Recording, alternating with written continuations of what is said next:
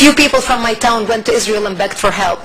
And Israel started coming in the middle of the night from 1976 till 1978, bringing food for the children, bringing bomb shelters to the people who didn't have a bomb shelter, bringing blankets to the family, bringing medication, bringing food for the military, bringing ammunition to the Christians, and teaching them how to fight, taking them into Israel to be trained. Because the Christian Lebanese had college degrees, had education, they were not street gangs. And you can have all the college degrees on your wall behind you, your doctorates, your law degree, and everything else. It doesn't do you squat when you are faced with an enemy who believes that beheading you is an order from Allah. And this is how we stayed alive for another 2 years, until 1978. One day, one of our militia members, the Christian militia in the south, came to us and he said, I just want to let you know that tonight we're going to be attacked. And we may die because we had lost so many people and I don't think we can fight. And I just want to wish you a merciful death.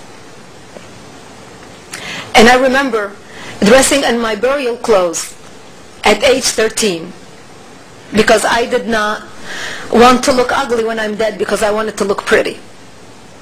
And I remember putting on my Easter dress that my mother had made for me. And we had a 2-hour ceasefire. And my mother was combing my long hair and tying a white ribbon in it that matched the white flowers in my dress. And I stood there looking at the little mirror in the bomb shelter crying, begging her, I don't want to die. I'm only 13 years old. The only reason I didn't die that night is because that night is when Israel came in physically into Lebanon and pushed the Palestinians and the Muslims away from our area. That was Operation Litani. We've been hearing a lot about the Litani for the last month or 2 months because of what's been happening with Hezbollah.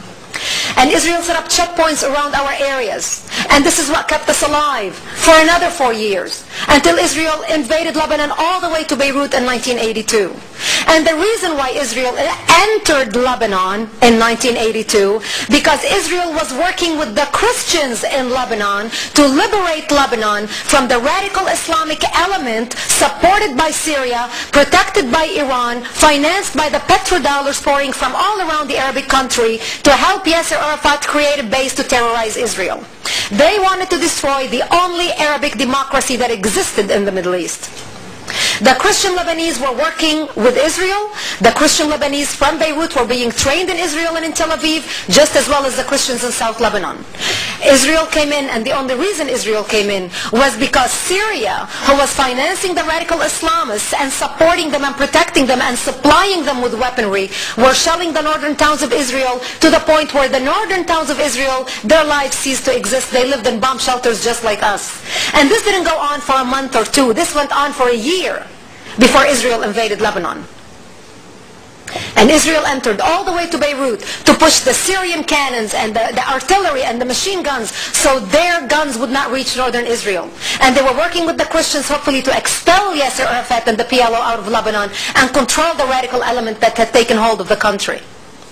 Nobody in the world understood what was happening, because the Palestinian propaganda machine and the Muslim radical propaganda machine, which was well financed and oiled by petrodollars, was well at work while the West was asleep.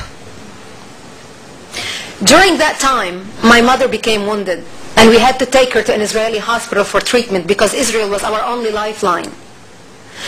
She was wounded by an Islamic shell falling in front of our bomb shelter as the Muslims were retreating when Israel was advancing into Lebanon. And I'm going to tell you a little story that changed my outlook and changed my life.